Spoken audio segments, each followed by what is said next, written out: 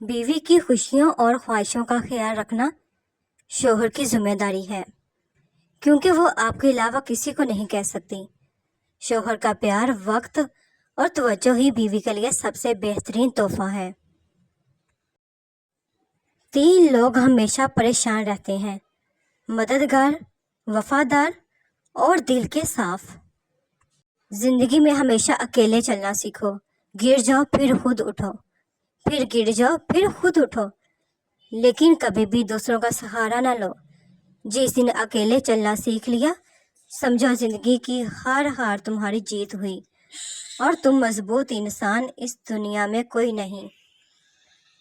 अपने बच्चों को भी सिखाओ, बच्चे जब तक गिरेंगे नहीं, उन्हें तकलीफ कैसे महसूस होगी और वो आपके बगैर कैसे इस जालिम दुनिया का मुकाबला करेंगे।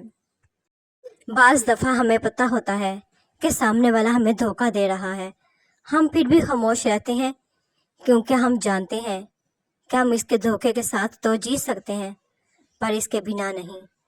मगर मैं तो ये कहता हूँ कि ज़िंदगी में कभी भी किसी की हमदर्दी में अपनी ज़ात को इग्नोर ना करें, क्योंकि आप इसके लिए इस ऑप्शन के अलावा कुछ नहीं होते। जब आप टूट के बिखरोगे तो खुद को तन्हा पाओगे। जिसको जोड़ते जोड़ते आप खुद टूट जाते हो, उसे आपकी परवाह नहीं होती, क्योंकि वो अपने असल की जानिब लौट चुका है। खुद की कदर करें, वरना लोग आपको मिट्टी में मिलाने में सेकंड भी नहीं लगाते। हमेशा सोच कर फैसला किया करो। जिंदगी बहुत कीमती है। मोहब्बत हो जाती है और इसमें कुछ गलत भी नहीं है। हमारा मज़हब तो है ही मोहब्बत, भला कैसे इसके खिलाफ हो सकता है। मोहब्बत हो गई है, कोई गलत बात नहीं है। अल्लाह पाक पर छोड़ दीजिए, दुआ कीजिए कि अल्लाह पाक इसको आपके लिए बेहतर बनाए।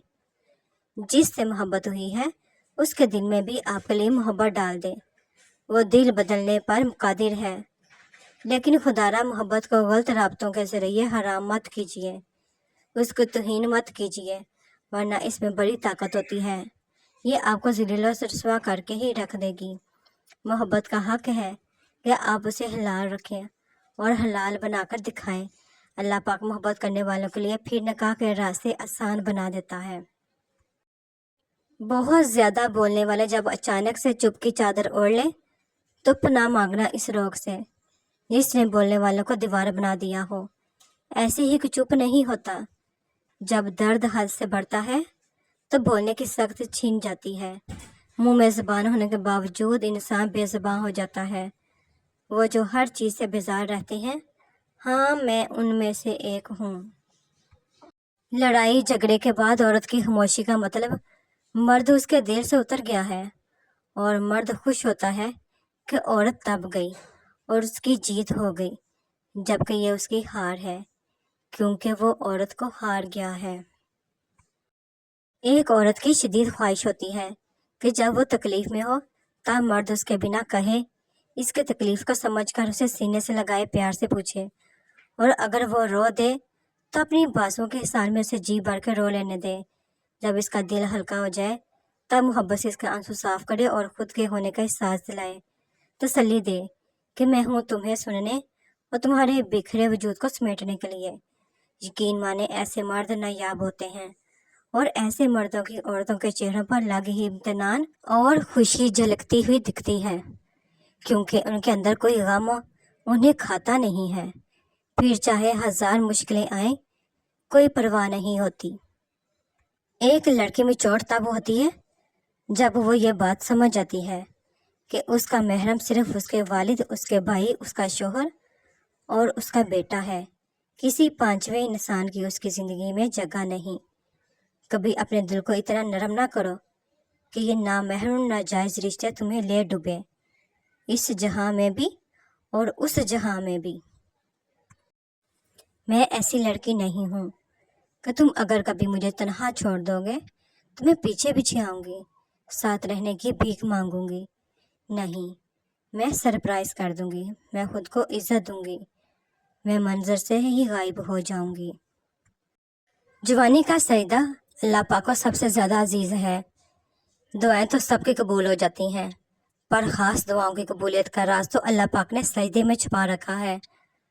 اور سجدے تک ہر ایک کی رسائی حاصل نہیں ہو جاتی۔